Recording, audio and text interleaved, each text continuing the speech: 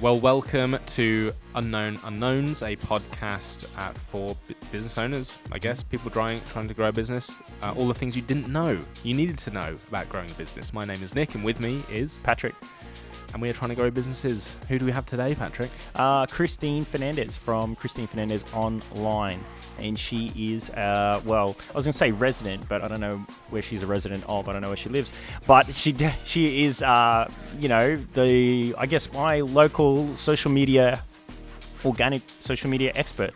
She is the go-to for many businesses, and she shares her story and also some really good advice, things like paid traffic versus organic, lots of stuff to do with social media. What else? We look at the mindset of doing the social media and how you sort of get over that hurdle, right? Because we all have that hurdle, I feel, in the beginning especially, of posting daily and what's interesting and what are people going to like and did I get enough likes and all that sort of stuff. Yeah, so I think if you are interested in social media, if you actually know or if you're already on probably something on social media for your brand or your business, there's going to be some really good key takeouts for you today. So enjoy. Kristine, social media guru, thanks for coming. Thanks for having me. Excellent. Look, I'm so excited you're here, and I'm so happy that we are talking social media because it is just a world, I think, for small business and people in general, which we're all a part of, but don't fully understand completely. And you've sort of got the keys to that. You've unlocked it really well by accident. From what I understand from your story. So let's start there. Let's start with your story. How did you sort of get into having the profile you've got on social? Because you were a flight attendant for quite a while. That's right. So I quit my flight attending job like 3 years ago. So I was a flight attendant for Emirates for 7 years. I'm 33 now, right? So 7 years of my life. Yeah. It was like it's a third of my life. So I was a flight attendant for all of my 20s. And all that time I was thinking, when I finish this job, I'm going to be a marketing manager of a corporation because I'm smart and I have like qualifications which are kind of related. So I'll get the job. That was just how I thought life was. Once you start playing around, once you've done playing around, you focus and it's all just going to work out. Anyway, so after that, we came to Brisbane. When I say we, my partner and I'm from South Australia. So I knew no one, I knew nothing about Brisbane. And then I came here and I applied for the marketing jobs and I wasn't getting any of them. And when I say any, I was like applying over and over, different resumes. Every cover letter was different. Everything was customized. I tried putting little pegs. Basically I tried really hard. When I found that I wasn't getting the job, I had to think of another option. So my option was, okay, I know how to do photography. What exists here right now that I can use to get my name out there? So of course I looked at Gumtree. I was like, because photography is sort of by referral, right? Right, yeah. The more people know you, the more you get work, and I knew no one, so I was thinking, okay. So I hopped to Instagram, because Instagram, this was what, 2013, tail end of 2013. Was it really? I don't know. It was between one of those 2 years. Anyway, I started messaging these pretty girls. Like I would look for pretty girls because I think if I shoot pretty girls, then I can build a portfolio of models because I wanted to do fashion photography. And a lot of them said yes. A portion of them actually did it. The others would drop off, not show up. So I was anyway, I met these two girls who ended up being super Insta famous, right? And they said, hey, would you take my pictures if I tag you? And I didn't understand the gravity of that. Yep. I did not understand the gravity of that. I started shooting this one girl. She's got over 500,000 followers now. At the time, she had maybe 100,000 followers. But every time she tagged me, my little Instagram account, which had nothing, would grow by 80, another 80, another 80. And then next thing you know, I was getting paid work. I was getting approached by brands that had worked with her and was sending her stuff, like bikinis, and they were approaching me. So I was like, all right, so it's working. Anyway, because I was still new in Brisbane, I was a little bit lonely, I didn't have any friends, and being a photographer is kind of it's a good job if you have friends to, enjoy your free time with. So I realized I had to go back into aviation or something that I knew that would just ground me a little bit. Right. So I always said, I'll never go back into aviation. I've done it.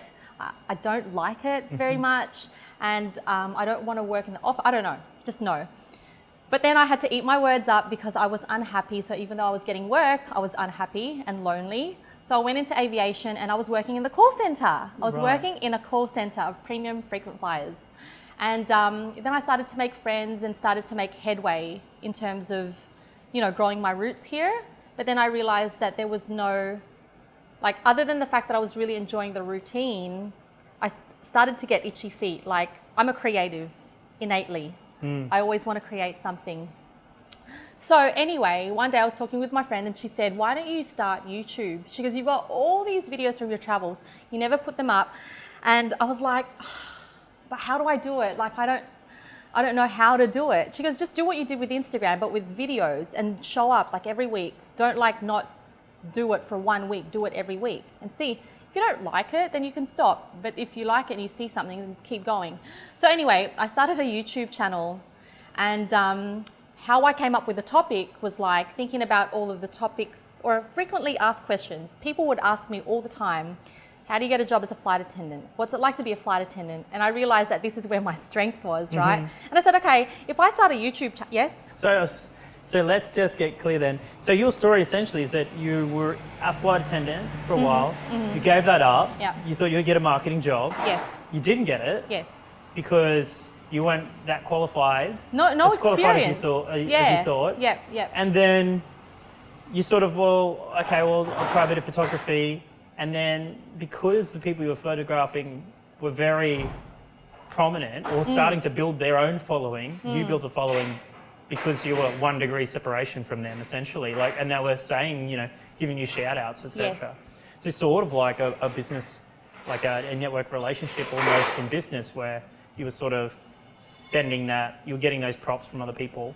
Pretty much. Well, basically, I had seen people use the social media space for business. It wasn't just for fun. Right. And so when I realized that, I was in this office job, and I finally got to step back at how powerful that experience was. Right. I applied it to myself. But like most people, I was like, I don't know. How do you go from 0 to 20,000? And what does that even mean? Yeah. But I did know what it meant. At that time, there was one thing that I knew. You knew what the power was. That's right. Right. Yes. And I think you touched on something really important there when you spoke about that. You're saying, and your friend said it to you too about YouTube, and I think it's the same for Instagram, the same for Facebook, and the same for whatever you want to do. Yeah. Just start, just show up every week. Yeah.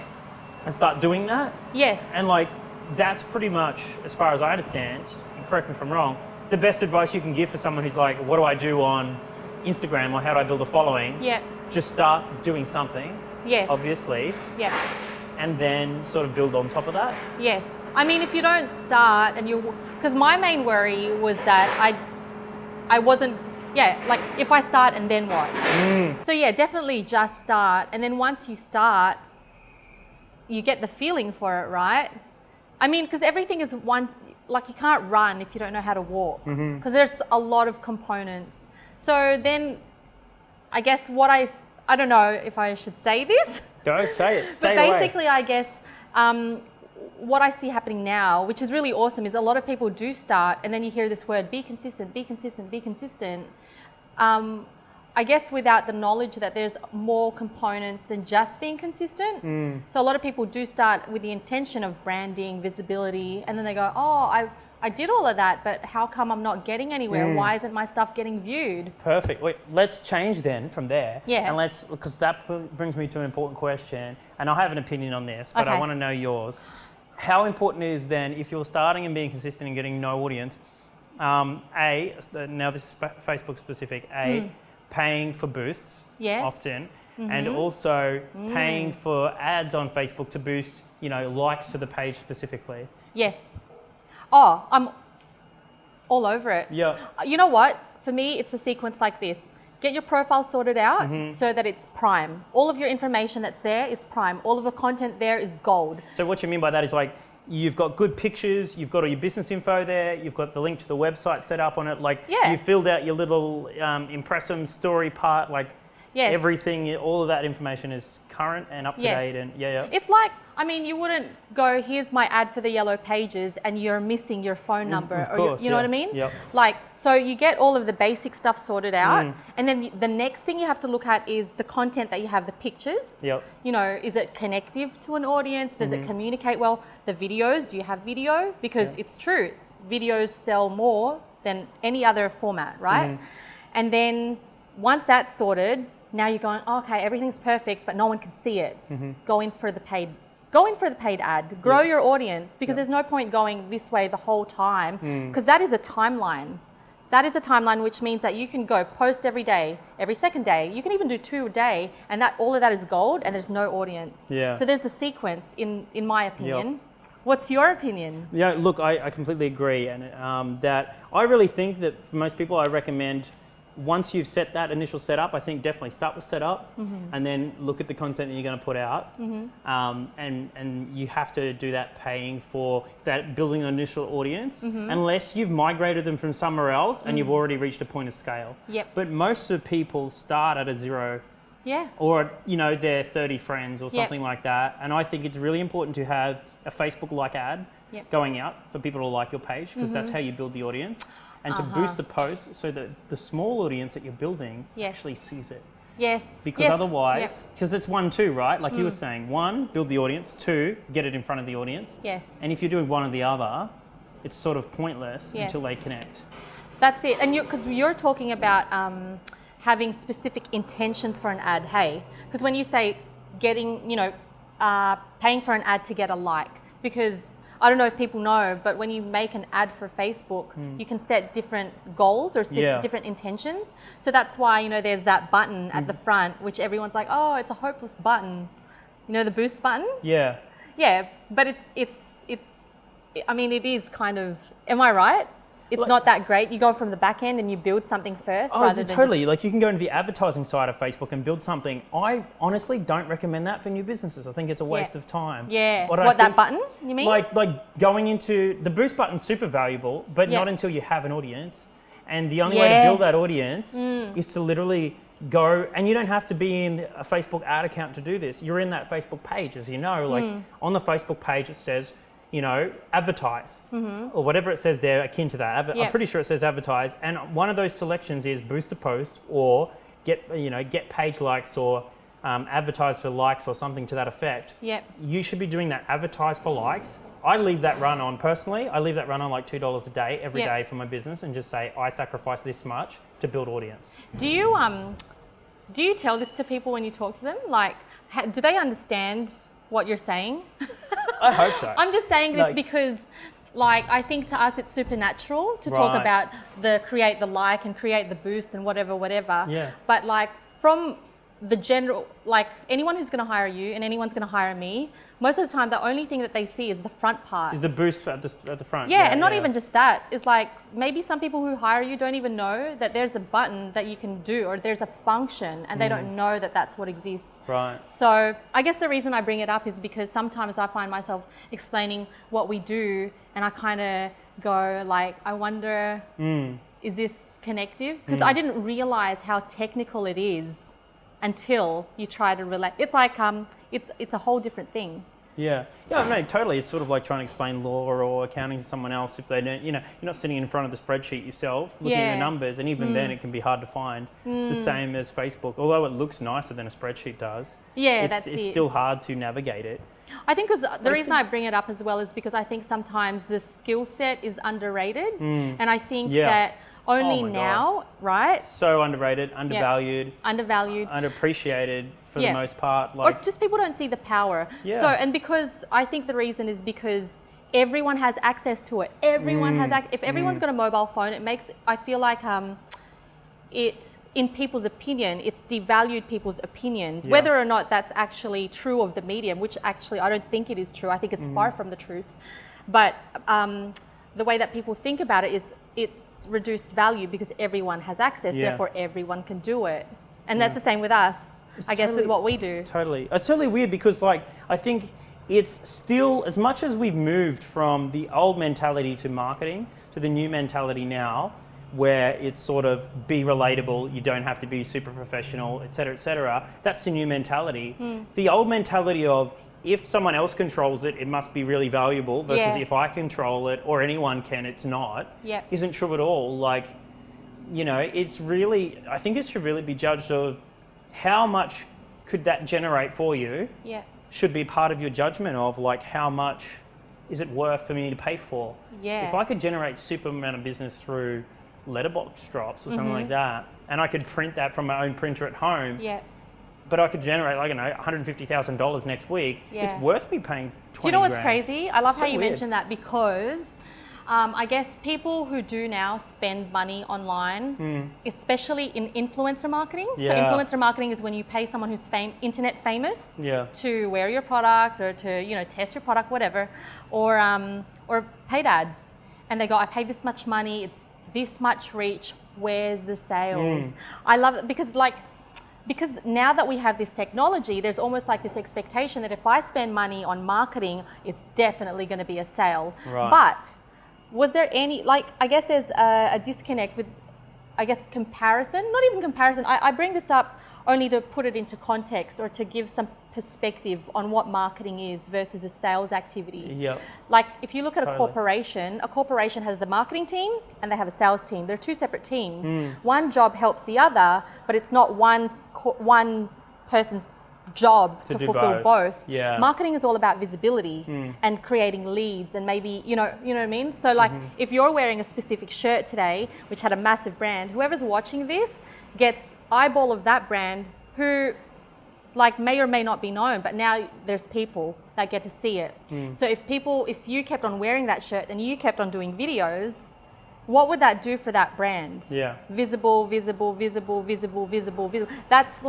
That's you as an influencer ticking the box for that brand to be known, yes, because they see, to be liked. If you were a likable person and you were aligned. I thought I was.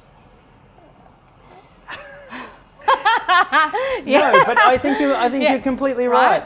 Like, I think it comes down to two things for me, right? It comes down to accountability, which is the difference between old and new. Because new marketing, social media, like you do, AdWords, SEO, that sort of thing, it's measurable from start to finish almost.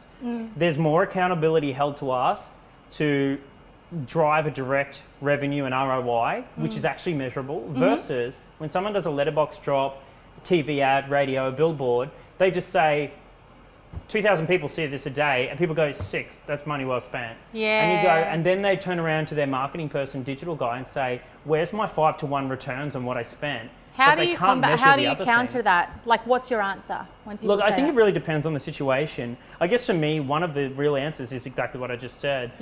Drawing that comparison and saying, do you know the ROI of anything else you do that's not digital? Like, do you really know how much money that drove you? Unless it's a coupon or something like that, which you can measure from, say, you know, a shopper docket or something where you can say, we spent $5,000, we got 10 coupons, so therefore it wasn't worth it. You can't measure traditional media.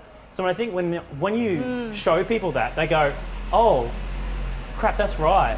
Like, I would maybe like it's not to know. fair. There's got to be a measurement, I think, because I mean, at the end of the day, when people exchange money for a service, you want to know what you're getting back. And sometimes it's easier to be told because you have a discount code now. That's straight up. Like, whereas before, if you put a billboard up here and then the sales of whatever brand is on that billboard increased in this area, you kind of go, okay, it's kind of working, It might be working, but it could be anything else. Like, it could be like, I put a billboard up in that area, say, I put a billboard up near Westfield or Churnside or something like that, and then I saw increases in sales in that area. That could literally be related to the fact that, like, a lot more people moved to that area in the last 3 months. It could be related to Easter was coming up and you have no accountability to what that effect was. Yeah, that's true. Whereas digital, I saw a digital ad, I clicked a digital ad, I bought or I didn't buy. That's true. 30 people, 25 sales, really good.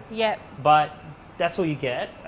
Like, that's what you get. You actually get a funnel. That's very true. But I mean, you see spike. Not only do you see spike, back in the day you might have just seen spikes. Now you actually have trace. Yeah, you've got drop off. You've got, like, you know, click the ad, dropped off my website before the shopping cart. Clicked my ad, sent me a contact form, didn't end up being a lead. Yeah. So the problem might be that I didn't sell it to them correctly, not the ad didn't work. Like you can track it back, but traditional media and traditional marketing for some reason has literally flown under the radar with that, how that changes there.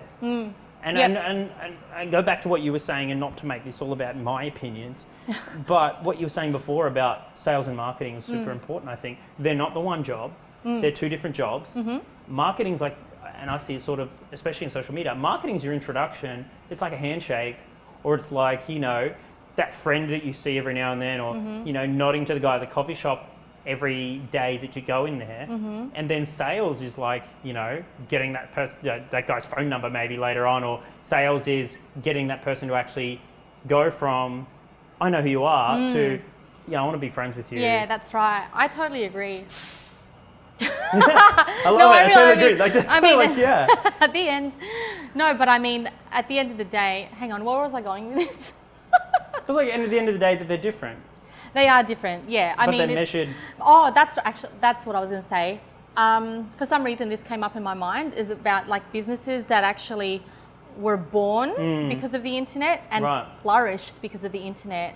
And because I know like this conversation's about social media and how, you know, small businesses can leverage off this space for success, you know. And it's crazy because back in the day, everything was kind of free, right? Everything was free. Like you could build a Facebook business page for free. Right. You know, and this day it's kind of like it's more strategic because Facebook is charging for it now. Visibility is super hard. Everyone's doing it. But I think at the end of the day, why I love it is because it actually enables anybody with a device who has connection to the internet to have a chance at being seen. You could be living like, I don't know, somewhere completely remote and you just have Wi-Fi and you've got a mobile. You can show that to whoever. Right. And you can like literally start on your Facebook personal page. Yeah. That was never ever possible. And I love this space because it's the place now where if this space didn't exist, I reckon I still would have building a brand. So when I started my YouTube channel, it was from 0 to almost 20,000 subscribers in 6 months. So I literally went from being this person, no one wanted to work with me, no one saw my credibility, and why I went to YouTube at that time, and this was only last year, and it still wasn't like, I feel like when people said YouTube, like, oh, YouTube, ha ha ha. But I chose it because I kind of saw that that's what was going to happen, right? Let's talk about, for a second, let's go back to bring it out and relatable to other people starting business as well. Building that following and things like that, like, do you think that there's sort of like an inverse relationship now with Facebook and with other, like not just Facebook, we talk Facebook because it's the giant, but there's the others are all involved as well. You know, you still got Twitter's got paid, LinkedIn's paid, the whole lot. Instagram is part of Facebook more or less now. I mean, it's paid. Like there's an inverse relationship in my head between how big you want to be and how much money you've got and how quick you can do that on those platforms now. Like if I'm a small business and I'm a one-man show, I have no startup capital, I can show up and be consistent there, but I shouldn't rely on that to start generating sales for me yet. As opposed to if I'm still single operator, I've got a lot of capital to start with, and I can set up a strategy to be consistent there. I can then accelerate my growth because I throw money in it. And because I can go 0 to 100 faster. Like money it didn't used to be always. But it's still, I mean, it's not the only way to unlock that, but it still is a huge key now because you want that boost or you want that visibility or you want that because it's so competitive. Oh, I like that a lot because here's my perspective. If you're a dude and you're about to start a business, whether you have money or not, your gateway to any kind of organic interest is by you telling the story that most people don't want to share. It's the part where you go, hey guys, I'm going to start this. Because a lot of the time, especially adults, are scared that their friends who are living their corporate jobs and making all this money, and all of a sudden you're about to do a side gig. And you like, what, you're going to say that to the internet, to all these people who are going to judge you? But I think that's the part that is missing from so many people who want to start something, is the ability to embrace that. Because yes, I totally agree. Paid advertising all the way. I still do it, right? But without me having to sort of go down and be like, look, I'm going to do a video and I don't know if my friends are going to like it. But you know, some of the first places that I promoted that video was in my personal Facebook page. Yep. And I'd had some other channels. I mean, budget or no budget, the strategy, I don't want to say simple because I don't want to undervalue people's opinion about this. But it's more so like we see the resources, they're all up here, they're all up on that, like they're literally a click away. If you have some okayness to be vulnerable, then that will supersede whatever budget you think you should have. So I love that. Because let's go past, like I came from the money side just then, and I love how you've come from the content side and say, what do you put out that is worth listening to as well? Because totally, they're both important, right? Super 100%. important. Yep. And I guess where I sort of come from with that is that if I do that from zero, let's say I say 0 to 100, but let's say 0 to 1,000 followers, likes, whatever it is, depending on the platform. Let's say 0 to 1,000. If you're under 1,000, paying for those likes to the page, whatever, is going to accelerate that. Yes. And then I see things like hacking hashtags and cross promotions and that's when you start to gain legs with those things afterwards. Would you agree with that? Like, because this isn't super my area, like building organic following. So, but you know what? I mean, this is only my opinion, right? About paying for something too soon. Yeah, okay. It's almost like you don't get a real perspective of your real retention rate. Or maybe you do. I could be completely wrong here because you could be targeting, like hyper targeting the right people, and anybody is a person, whatever, even animals have an audience. Everyone has an audience. If you know how to get to that audience, yes, you will retain. But for the most part, like paying for something so soon doesn't allow you to be able to step back and assess what's actually likable to the general public. Because you know, numbers grow through general, and I'm not saying that numbers is everything, but to be honest, if you can connect with a general audience, that means that you can grow your skill, like as a presenter, as a photographer, whatever this medium is. If you're a writer, right, and you are doing it organically and you're seeing, oh, okay, like people are liking it, you know, no boost, like no nothing. And then maybe it might take 10 videos, it might take 20, but by that time, if something is able to retain an audience on its own, unpaid, then I think that's when you kind of go, okay, now I can tell I have a skill set, it's improved, something's working that people like. But should that be a point of assessment later on then for retention? So I go from 0 to 500, I'm not at that 1,000 yet, but then I stop paying for a month and I just say, it's a recoup on my budget, like I can be a little bit better because I'm only small biz still. And I don't have to spend that money for 1 month. But then I can post organically and say, how much is my audience picking this up now? Because I've stopped to reassess it. Like, is that something that could be good? Because I'm trying to get down to the strategy of what's happening. If I'm absolutely brand new, what should I do? Like, because the way I think about paying for boost and likes, like I was saying before, was like, the same way you would save as an individual to save money for a holiday or a car. It's maybe it's not 10%, but you go, my tithing for that, my donated portion to my business growth is $1 a day. It's $30 from my business every day that I'm happy to spend for likes to the page to get an audience to be able to dump $10 a day in 6 months. 100%. 100%. Like, I don't discount at all, like how much, or I want to say how little we actually have to pay these days is mind-blowing. You would never have the chance to be seen by that many people for $1 a day. $1 for 1,000 people or something in a day. Like, you couldn't pay a TV station. So I think because my mind was kind of going, okay, like $1,000 a week or something like that. And I go, that can be costly. But I mean, I guess when we're really looking at your intention of growing as a new business, as a small business, I reckon go for it. Like, put something out there, boost it. If it retains, good. If it doesn't retain, test something else. If their dollar values, I think, let's break it up into pillars then. Yeah, I'm totally with you. Now we're out of like paying for things and we can see the value in that, and we can see that you've brought up content. I brought up, at least a tithing, a little bit of a budget, so if you're new. Let's break it down to other pillars. So content, like the setup's important, like you said. The content that you put out after is important. That boosting, that tithing to sort of build that audience, that little bit of $1 a day, something to boost it. That's important, I think, from a start. What else is really big things that we got to think about? Like, because I think when you're in small business, or any business, like say you're retail, and you sell, I don't know, I don't want to say dresses because fashion is obvious what to do with fashion, and I think it's obvious what to do. You would think so, but if it was so obvious, then every single person that opened a fashion store would be super successful now. See, I disagree because I think they would have to then do it, even though it's obvious. It's obvious to me that I have to save to buy a car, but I don't always do it. Yeah. But I think the next thing that I'm thinking is like, we've got those categories that are the big pillars we got to think about. What other pillars should we think about that should be important for these people for people to consider? Like not just what content to put out, but how do I produce that content? Like in terms of like, I know I've got to post regularly. We've talked about looking at the content, making sure it fits my audience.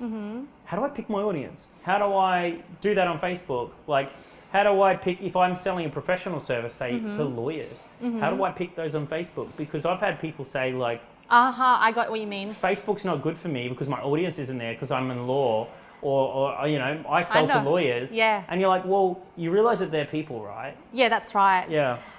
Wherever there's people, there's a pretty good chance that you will get who you're after. Unless you're after one human is like so non-existent. But let's say it's networking, right? This is a social network. Right. We go networking in the physical space because I know you, so you're one person.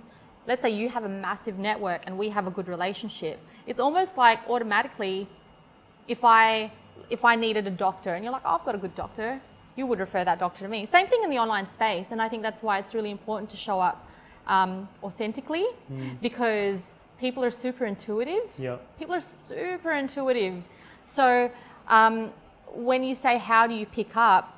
And this is a really good question because I guess sometimes if you have someone you're doing work for and you're trying to go for the high numbers and they go, but these aren't our people. Like these high numbers might be a little bit of a different demographic.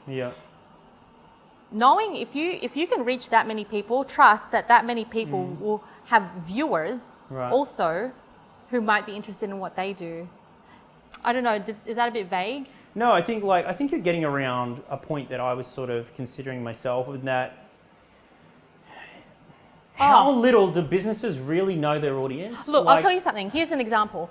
There is a rug shop here in Brisbane. They only have few followers. I started following them because someone that I know liked one of their pictures. The rugs are pretty expensive. They're super expensive, but I follow them, right? So am I their direct target market right now? No, because I'm not buying a rug today. Right. But there is, I know, let's say when we buy our house, right? So we're going to go buy a house. They're going to be front of mind. That's the power of that. So I'm not their direct target market right now. Not just that, I also have a large network. So what if I knew someone said, oh, they were buying a house, I would say, look at this. So I think that sometimes there is sort of, there's a lot of value in a lot of different elements of this, like high numbers has a value, low numbers has a value, quality and small following is really good. You know, things like totally. And I think the way that I've described that before to people is like, you could go wide. I always think, I don't know why, I've always explained it in the sense of like the universe, right? The planets or the galaxy or whatever. You know, you can go wide and you can have everybody on every, you know, you say, well, you could have everybody there see it. So like everybody sees what you put out and you might get something out of that. Or you can be super dense with your audience, like a star, and like you can have really attract one small group of people, but it depends on the business and who you are and what you're looking for. I think the hard part for people is to decide how to do that, which to go for. And I think even big business doesn't know who their audience is. Do you think so? I think so. I think even big businesses... Like, how do you mean? Like, they don't know who they're talking to. They really don't. Oh, you mean they don't see who they're talking with? No, I mean they absolutely do not understand what the avatar of their customer actually is. They've got it 60% right, maybe, and that's why they're so successful. What makes you say that? Because people change all the time, right? Yes. Like, how often... you mean like the evolution of your preferences? Like, yeah, totally. The evolution of when you're ready to buy and when you're not. Like, you can only ever be so right about who you're selling to. Like, you can go off all the data, you can go off Facebook, you can go off customer data that you've got. You could plug your email list into Facebook and join it up and look at people 1% like that. But because those people evolve... That's fair to say right now, especially because we're evolving super quickly. Yeah. Like right now, we're evolving. As a culture, our tastes and everything, it was super quick. Yeah. Like, well, comparatively. humans now, you know, we were watching, I think you were there actually, we were watching, remember that conference? Oh, the same. Yeah. Okay, so. We weren't together, but I know that you were there the same. Yeah, that's right. I don't know if you watched this one, but the lady was talking about the time when they launched a shop. And first they launched online, but it was a shoe brand. And so what they realized was their sales wasn't that good because people want to try the shoes, and they were like customize your shoe thing, like customize your shoe. And people wanted to feel the material. They wanted to see what that looked like when they customized something. So the online space didn't work well for them.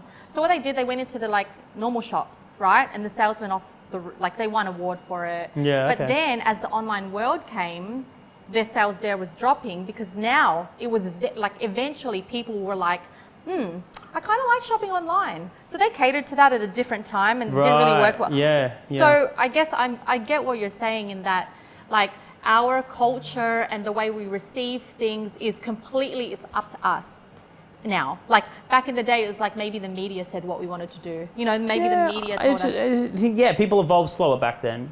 And we're trying to plug in customer avatars and things to a digital world. But why do you say all of this? What's the relevance of this to like social media and like big brands not knowing their customers? Yeah, I just think the relevance to that in a small business is that when a lot of people say this isn't my audience, like you were saying, it's like, you know, you don't know who your audience is. Yeah. Your audience is the people that like your audience is anyone who decides they want to be your audience. You know what I mean? Like you may have a defined person in your head who wants to buy from you. Like it may be for me that I want professional services businesses who have at least 2 or 3 locations, et cetera, et cetera. However, the head of Toyota might see it. He's not in my audience. Yes. He might see it and say, I want to work with you. Yeah. And because I've gone, these aren't my people, if I could cull my people like that, I might miss out on that. Well, you know what it is? Because like, I think because of the way this is just my opinion, but I think the way traditional marketing had been done, it really niched people into niches. That's what it did, right? Yeah, you had Whereas now it's like with this level of social media, it's like relating human to human. Yep. And I think that's what, am I on the... Yeah, I think you're right. Like I think it's like, we're fragmented in our experiences online. Yeah. We're also fragmented in who we are as people. Like I'm different at work than I am at home. I'm different with my family than I am with friends. Like, and who you might categorize me as a profile in my home life will not be the same as what I'm like privately, maybe on Facebook. Yep. And to say that this audience isn't my audience when you're doing something in social media, you know what I mean? Like if you're boosting and you're getting likes or whatever and saying, oh, well, these are useless. Yep. It's not that they're not your audience. It's just that maybe you don't know 100% of who might want to buy from you. So what's your conclusion with this? Like now that you know this. My conclusion with that is what I'm getting at is what you were saying before. Like you've got to be open to the fact that anybody who follows you is a positive thing. Yes. And that following in general builds momentum to your audience later on. Yeah. As long as you're not buying likes and buying things. Yeah, like, I'm with you. Because that explains as well, bots. like why we market to the general, like why we start wide first. So let's go back out of audiences. Let's go back out of paid and whatever. Let's go back to sort of actually creating, right? Because that's what the platform is. It's creative. And you said, like you said before yourself, you're a creative. And so it comes more naturally to you than it may do to other people. I don't consider myself a creative naturally. I think I'm more analytical by nature. So creating for me is it's a very nerve-wracking process. Yep. I don't think I'm introverted, but I feel very introverted when it comes to that scenario because like, what do I put out into ether and how will that be up? You know, how will people take that on? So, I mean, what do you think stops a lot of people from creating? And, you know, how can they sort of move past that? I think one thing that stops people from creating is 2 things. Mindset. Oh, there's actually a couple. So mindset. Yeah. And the other thing is thinking that you should create versus, what's the other one? Document. Right.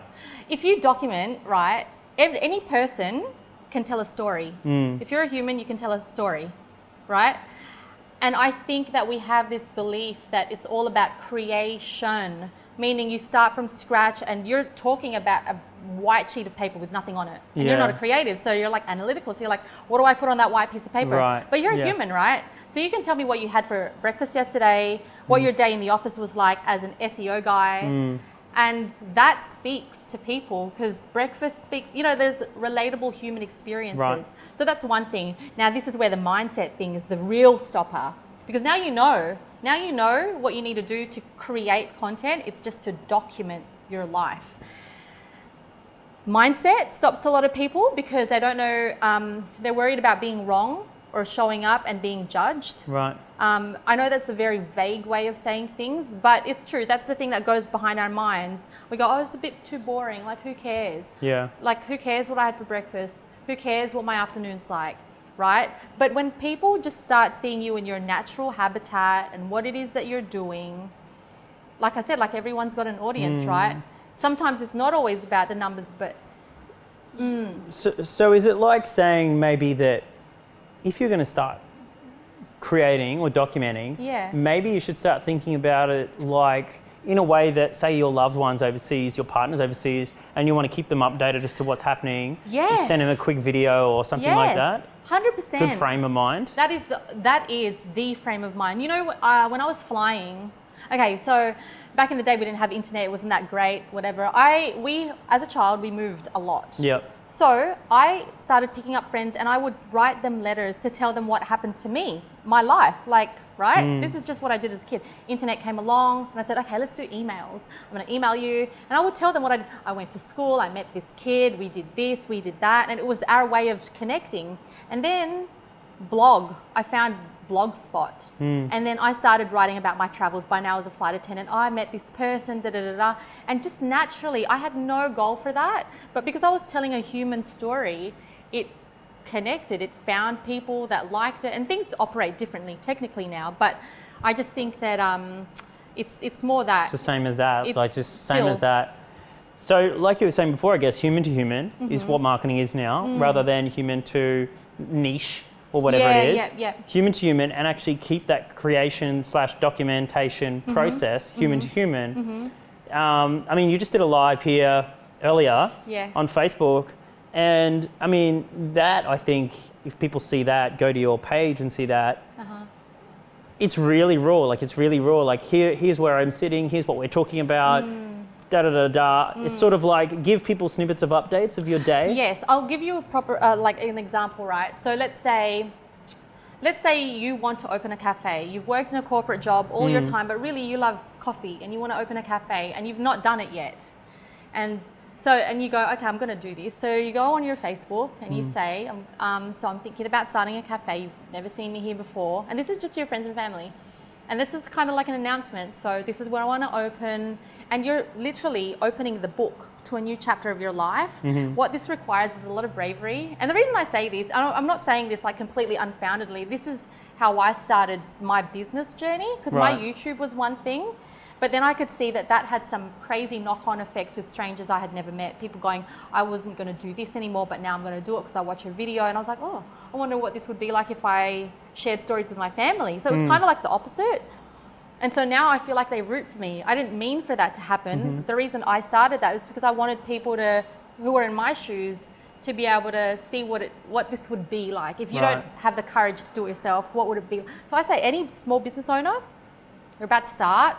I think the biggest thing to sort of embrace is that you're about to start something. You're not starting in the middle of your life where you're like, oh, I'm going to start this now. I mean, even if you do, that's fine. You just catch the people up in your story. But for you, for example, I would say just go for gold and start. Like, I don't even know why you're an SEO guy. Like, if you told me that online and what that was related to before and what your life was like before, I'd be like, wow, that's super interesting. Okay, so it's the same. Yeah, like you said, for me, for somebody else, if I'm starting I don't know, dog walking business, dog walking business would be a great one for that. Can you imagine like someone doing lives all the time with dogs in the picture? Yeah. I feel like that'd be like instant following. It's got like a dog in it. I feel like I should just get a dog. Right. Dogs and cats. Just get a dog. It's how you get a following online. That's the secret. Yeah. Have pets. Yeah. Especially little ones. Yeah, exactly. The tinier the better. Yeah. So okay. So what we want to do is we want to document document is creating. Maybe that's a better way to think about it, right? Yes. Instead of that it's a dichotomy, it's just the same thing. Anytime you get in front of that camera or type a status update or share something that's real, just that's it. You've done it. You don't have to put so much pressure on it. But I think that's why I guess it's like a self-awareness, willingness to be vulnerable. And you mentioned something earlier about how to create or what format to create in. Like how do people know, or guess if you're in a certain business, how do you know if I should just put up a text status versus share a photo, share a video, how do they make that call? Yeah, there's a couple things. I think like you tune into what you enjoy the most because you got to remember this is for the long run. Right. This isn't just for this week. You know what I mean? Like it's going to be the next however long you want this to go. Right. So for me, like video was my thing. My business partner, she's a writer, so she loves to write. Some people will do, I think right now people are super hard on themselves because Facebook Live is up. So everyone's going, do live. But podcasts exist. You know, if you feel like you're not confident in front of camera talking like that, I mean, I guess... So do what's comfortable, more or less. Try everything. Yeah. But, you know, start with what's comfortable maybe. I think so. That's what you're getting to? Tune into where you find yourself most communicative. Yeah. Or whatever it is that's going to inhibit you the least, go with that. Would you say it's the same with platforms then? Because that was my next question. Pick the platform that you're most comfortable with and then go from there. Yep. Because I feel like everybody in small business goes, I need Facebook, Instagram, Twitter, I need Pinterest, I need, like they just go on everything and then they go, this is really hard. Yeah. Because I mean, and it's a full-time job, hence why you hire people for it, whether it's internally or externally. But I mean, like just pick one and go like all in on that one. 100%. I mean, let's say right now, I don't know how big podcasts are here in Australia. I know I don't listen to podcasts. I listen to YouTube and just their audio and I'll leave my phone out there. But I know that that's where everything's going to go because you can do more things while you're listening to something. That's why I do voice notes, right? Right. So yeah, you're the one who taught me all about the voice notes. How good are they? It frustrated the living daylights out of me for the first time. And then I was like, you know what? Once you're busy and you're doing a lot of things, it's so much better than texting. Yeah. It's so much better. Why were you irritated? I think it's because I just wasn't used to doing it. Yeah, I remember you giving me a review on the experience of voice notes. You're like, this is really weird. It's like a one-way phone call. Like, you get to say whatever you want to say. And I was like, that's what it is. It's that's exactly what it was. It's like a real-time podcast, except you have an opportunity to reply. Yeah. But that's why we were doing it, to save time. So think about that. Think about the culture of humanity, what our lifestyle is like right now, and just understand that for as long as the internet exists, all of these mediums are going to be up there for grabs. Right. And the only difference between you and your competition is like who's doing it and who started. Yeah. Who started earlier, because you can't cheat social media. You can't. It's like a time-based game. Yep. Like the guys who started 5 years ago, they're definitely killing it. Yeah. It's either that or you spend a lot of money. Well, I think like social media is one of those very rare things when many things in business you can do it with, but social media especially, even if you crash and burn whatever business it is you start, you can fail forward with that social media if you're the same person. Well, you know why? Because you can communicate. Right. If you made a mistake, you know what? Here's a confession. Go. We made a mistake one time with the posting of a time and a date. That's pretty crucial to a business, right? Anyway, so all we did was we removed it and then we put another post that said, sorry guys, typo, whatever it was. But we were able to communicate that immediately. We didn't have to wait for the presses. Yeah. You know what I mean? Yeah. So, Okay, cool. So let's wrap this up a little bit. Let's go back to the fundamental points of what we think people need to do first from a small business, those 5 points we talked about. So, and then, so let's go with that. Let's say, number one was setting up the profile correctly, no matter what. Yes. What you're on. So whatever platform, start a profile. Yep, start a profile, set it up with all the information, etc. Number two.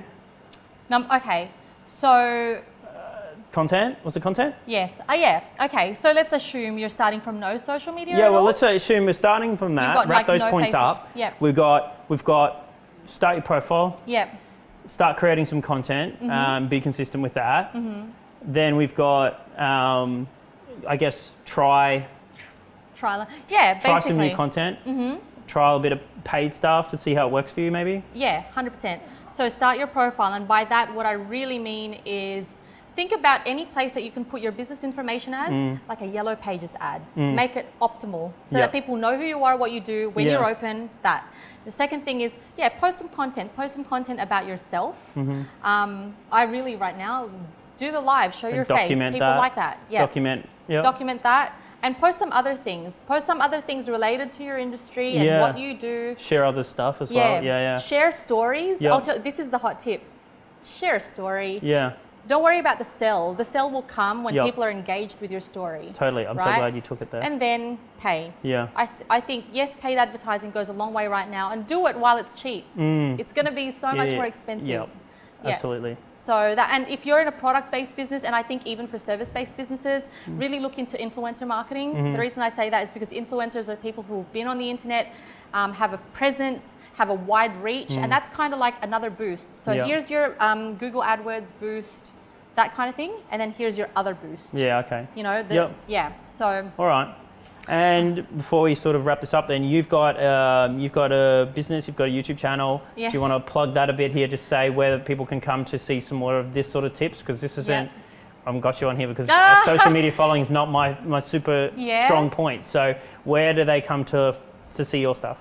You can follow me on YouTube, which is Miss Fernandez Inc. Okay. I'll shoot you the link. Yeah, instead. definitely. And we'll post that wherever we can. All right, that sounds good. Awesome. Thanks for coming on. And I think that was a really great chat. Yeah, I know, that was awesome. I hope people find it valuable. Yeah, I'm sure they will. If they want to ask me questions, you can send me a message. Totally. I'm going to follow you. Yeah, okay. Yeah, follow me, send me a message, direct message me, whatever. Awesome. Okay, cool. Thanks.